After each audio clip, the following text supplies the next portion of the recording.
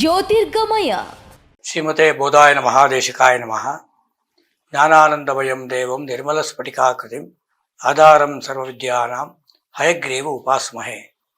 ಅಮಲಕನಕವರ್ಣಂ ಪ್ರಜ್ವಲತ್ಪಾವಕಾಕ್ಷಂ ಸರಸಿ ನಿಭವಕ್ತ್ರಂ ಸರ್ವದಾ ಸುಪ್ರಸನ್ನಂ ಪಟುತರಗನಗಾತ್ರಂ ಕುಂಡಲಾಲಂಕೃತಾಂಗಂ ರಣಜಯಕರವಾಲಂ ರಾಮದೂತಂ ನಮಾಮಿ. ಎಲ್ಲ ನಮ್ಮ ವೀಕ್ಷಕ ಬಂಧುಗಳಿಗೂ ರಾಷ್ಟ್ರೀಯ ಗೌರವ ರತ್ನ ಎಸ್ ವಾಸುದೇವ ಭಟ್ರು ಮಾಡುವ ಅನಂತ ನಮಸ್ಕಾರಗಳು.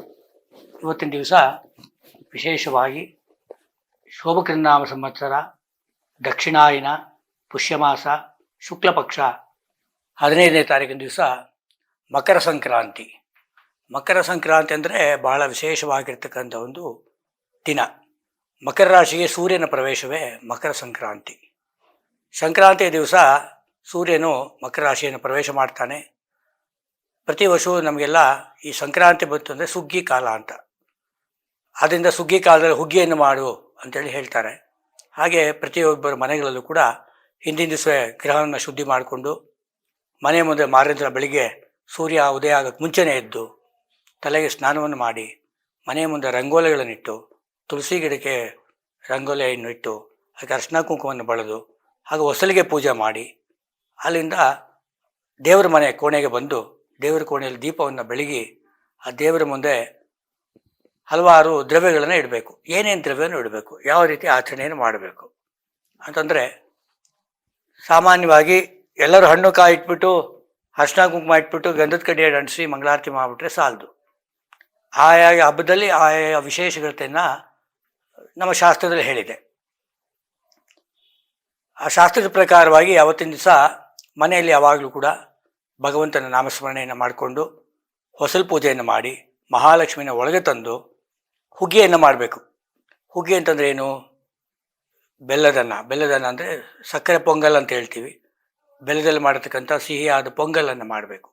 ಆ ಪೊಂಗಲ್ಗೆ ಏನು ದ್ರವ್ಯವನ್ನು ಹಾಕಬೇಕು ಅಂದರೆ ಬರೀ ಅನ್ನ ಅಕ್ಕಿ ಮತ್ತು ಬೆಲ್ಲ ಹಾಕ್ಬಿಟ್ರೆ ಪೊಂಗಲ್ ಆಗೋದಿಲ್ಲ. ಹೆಸರುಬೇಳೆಯನ್ನು ಹಾಕಿ ಆ ಜೊತೆಯಲ್ಲಿ ಅಕ್ಕಿಯನ್ನು ಮಿಶ್ರಣ ಮಾಡಿ ತೊಳೆದು ಅನ್ನವನ್ನು ಮಾಡಿ ತದನಂತರ ಬೆಲ್ಲದಿಂದ ಪಾಕವನ್ನು ಉಂಟು ಮಾಡಿ ಆ ಪಾಕಕ್ಕೆ ಅನ್ನವನ್ನು ಕಲಿಸಿದಾಗ ಅದು ಹುಗ್ಗಿ ಆಗುತ್ತೆ, ಅದು ಪೊಂಗಲ್ ಆಗುತ್ತೆ. ಬರೀ ಅನ್ನ ಮತ್ತು ಬೆಲ್ಲವನ್ನು ಮಿಕ್ಸ್ ಮಾಡಿ ಕಲಿಸ್ಬಿಟ್ರೆ ಏನಾಗುತ್ತೆ, ಬೆಲ್ಲದನ್ನ ಆಗುತ್ತೆ. ಹುಗ್ಗಿ ಅಂತಂದ್ರೆ ಏನು? ಸುಗ್ಗಿ ಕಾಲ ಬಂದಾಗ ಹುಗ್ಗಿಯನ್ನು ಮಾಡುವಂತೆ ಆತಕ್ಕೋಸ್ಕರ ಹೇಳಿದ ಅಂತಂದರೆ ನಿಮಗೆಲ್ಲ ಸಂತೋಷ ದಿನಗಳು ಬರುತ್ತೆ. ಈಗ ಇನ್ನು ಮುಂದಕ್ಕೆ ಎಲ್ಲ ಚೈತ್ರ ಮಾಸ ಎಲ್ಲ ಬರುತ್ತೆ, ವಸಂತ ಋತುಗಳು ಬರುತ್ತೆ. ಆ ರೀತಿಯಾಗಿ ದಕ್ಷಿಣಾಯನದಿಂದ ಉತ್ತರಾಯಣಕ್ಕೆ ಕಾಲಿರ್ತಕ್ಕಂಥ ಮೊದಲನೇ ದಿವಸವೇ ಸಂಕ್ರಾಂತಿ. ಈ ಸಂಕ್ರಾಂತಿಯಿಂದ 6 ತಿಂಗಳುಗಳ ಕಾಲ ನಮಗೆ ಉತ್ತರಾಯಣ ಇರುತ್ತೆ. ಈ ಉತ್ತರಾಯಣದ ವಿಶೇಷತೆ ಏನಪ್ಪ ಅಂತಂದರೆ, ಎಲ್ಲ ಶುಭ ಕಾರ್ಯಗಳು, ಮದುವೆಗಳು, ಮುಂಜಿಗಳು, ಗೃಹ ಪ್ರವೇಶಗಳು, ಮನೆಯಲ್ಲಿ ಸತ್ಯನಾರಾಯಣ ಪೂಜೆಗಳು, ಯಾವುದೇ ಕೆಲಸಗಳಿಗೆ ಆರಂಭಕ್ಕೆ ಎಲ್ಲ ಶ್ರೇಷ್ಠವಾಗಿರ್ತಕ್ಕಂಥ ತಿಂಗಳುಗಳೇ ಈ ಉತ್ತರಾಯಣದಲ್ಲಿ ಬರ್ತಕ್ಕಂಥ 6 ತಿಂಗಳುಗಳು. ಈ ಹಬ್ಬದ ದಿವಸ ಏನು ಮಾಡ್ಬೇಕು ನಾವು? ಭಗವಂತನಿಗೆ ಒಂದು ಮನೆಯಲ್ಲೇ ಒಂದು ದೇವ್ರ ಮನೆ ಅಂತ ಸಣ್ಣದಾಗಿ ಯಥಾಶಕ್ತಿ ಮಾಡ್ಕೊಂಡಿರ್ತೀರ. ಆ ದೇವ್ರ ಮುಂದೆ ದೀಪವನ್ನು ಹಚ್ಚಿ ಅದ್ರ ಮುಂದೆ ಈ ಅರಿಶಿಣ ಮತ್ತು ಕುಂಕುಮ ಮತ್ತು ಬಿಳಿದು 3 ವಿಧವಾದಂಥ ಒಂದು ಅನ್ನವನ್ನು ಮಾಡಿ ಅದಕ್ಕೆ ಅರಿಶಿನ ಕುಂಕುಮ ಕಲಿಸಿ ಈ ಪಿಡಿಚೆಗಳು ಅಂತ ಹೇಳ್ತಾರೆ. ಈ ನಮ್ಮ ಮುಷ್ಟಿನಲ್ಲಿ ಹಿಂಗೆ ಅದಮಿದ್ರೆ ಒಂಥರ ಪಿಡಿಚೆ ಥರ ಆಗುತ್ತೆ, ಈ ಜಾಮೂನ್ ಆಕಾರದಲ್ಲಿ ಬರುತ್ತೆ. ಆ ಥರದ ಒಂದು 5 ಉಂಡೆಗಳನ್ನು ಮಾಡಿ ಒಂದು ಬಾಳೆ ಎಲೆ ಹಾಸಿ ಅದರ ಮುಂದೆ 5 ಇದನ್ನು ಇಡಬೇಕು. ಅದು ಶಾಸ್ತ್ರ.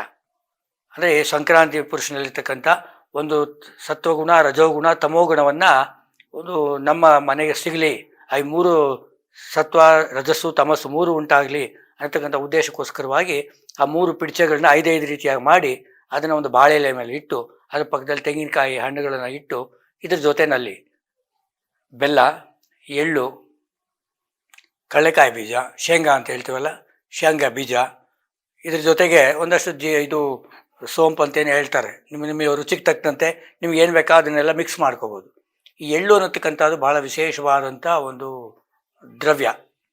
ಈ ದ್ರವ್ಯ ಏನಂದರೆ ನಮ್ಮ ಪಿತೃದೇವತೆಗಳಿಗೂ ತೃಪ್ತಿ ಆಗುತ್ತೆ. ಯಾಕಂದರೆ ದಕ್ಷಿಣಾಯನದಲ್ಲಿ ಎಷ್ಟೋ ಜನ ಪಿತೃಗಳು ಇದಾಗಿರ್ತಾರೆ, ಅಂಥವ್ರಿಗೆಲ್ಲ ಮೋಕ್ಷ ಪ್ರಾಪ್ತಿ ಆಗುತ್ತೆ. ಮತ್ತು ಎಳ್ಳು ಅನ್ನೋದು ಒಂದಕ್ಕೊಂದು ಸಂಬಂಧವನ್ನು ಉಂಟು ಮಾಡ್ತಕ್ಕಂಥದ್ದು.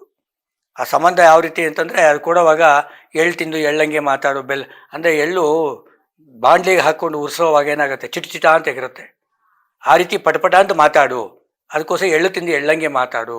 ಬೆಲ್ಲ ತಿಂದು ಬೆಲ್ಲ ಯಾವಾಗಲೂ ಸಿಹಿಯಾಗಿರುತ್ತೆ, ಬೆಲ್ಲ ಥರ ಸಿಹಿಯಾಗಿ ಮಾತಾಡು. ಬೆಲ್ಲ ಅಂತಿದ್ದು ಬೆಲ್ಲ ಸಿಹಿಯಾಗಿ ಮಾತಾಡು.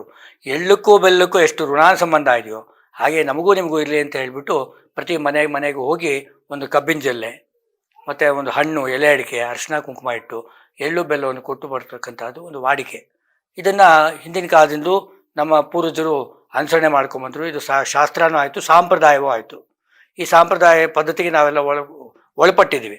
ಆದ್ದರಿಂದ ಇದನ್ನೆಲ್ಲ ನಾವು ಆ ಕಾಲಕ್ಕೆ ಯಾವುದೇ ಇದನ್ನು ಮಾಡಬೇಕಂತೆಲ್ಲ ಮಾಡ್ತಾ ಇದ್ದಾಗ ನಮ್ಮ ಮನೆಯಲ್ಲಿ ಯಾವಾಗಲೂ ಸುಖ, ಶಾಂತಿ, ನೆಮ್ಮದಿ ಇದೆಲ್ಲ ಉಂಟಾಗ್ತಾ ಇರುತ್ತೆ.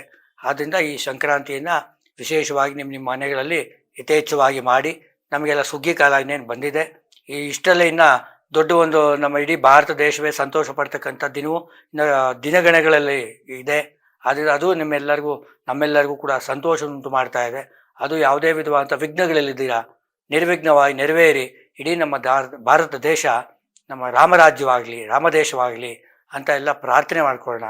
ಸಂಕ್ರಾಂತಿ ದಿನ ನೀವು ಕೂಡ ಎಲ್ಲರೂ ಕೂಡ ದೇವಸ್ಥಾನಗಳಿಗೆ ಹೋಗಿ ಬಂದು ದೇವರನ್ನ ಪೂಜೆ ಪುನಸ್ಕಾರ ಮಾಡ್ಕೊಂಡು ಮನೆಯಲ್ಲೂ ಮಾಡಿ, ಬಂಧುಗಳನ್ನು ಕರೆಸಿ ಯಥಾಶಕ್ತಿ ಒಬ್ಬಟ್ಟನ್ನು ಮಾಡಿ ಮನೇಲಿ ಹಬ್ಬದ ಅಡುಗೆಯನ್ನು ಮಾಡಿ.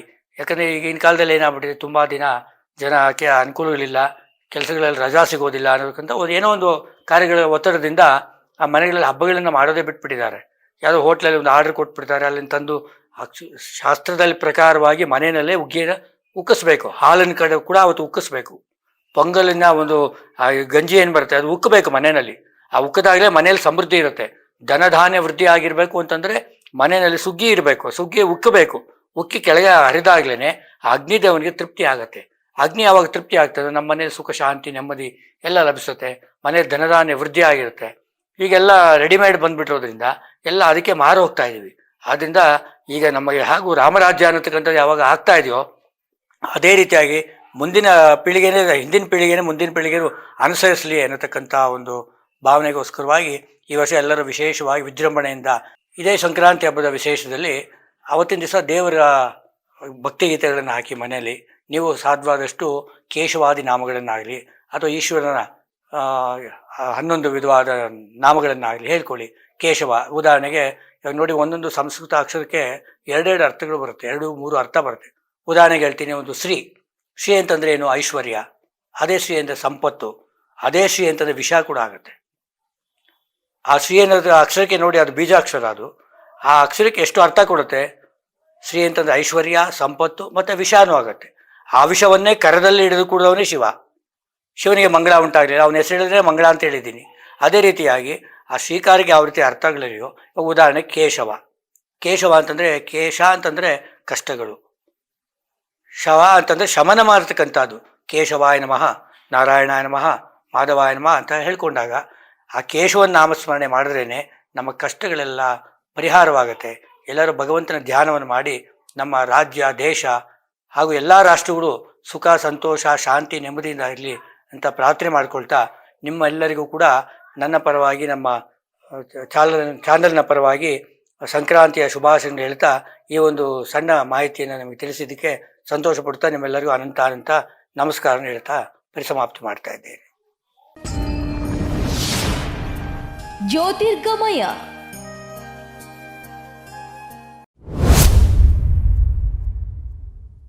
ಲೈಕ್ ಮಾಡಿ, ಶೇರ್ ಮಾಡಿ, ಸಬ್ಸ್ಕ್ರೈಬ್ ಮಾಡಿ.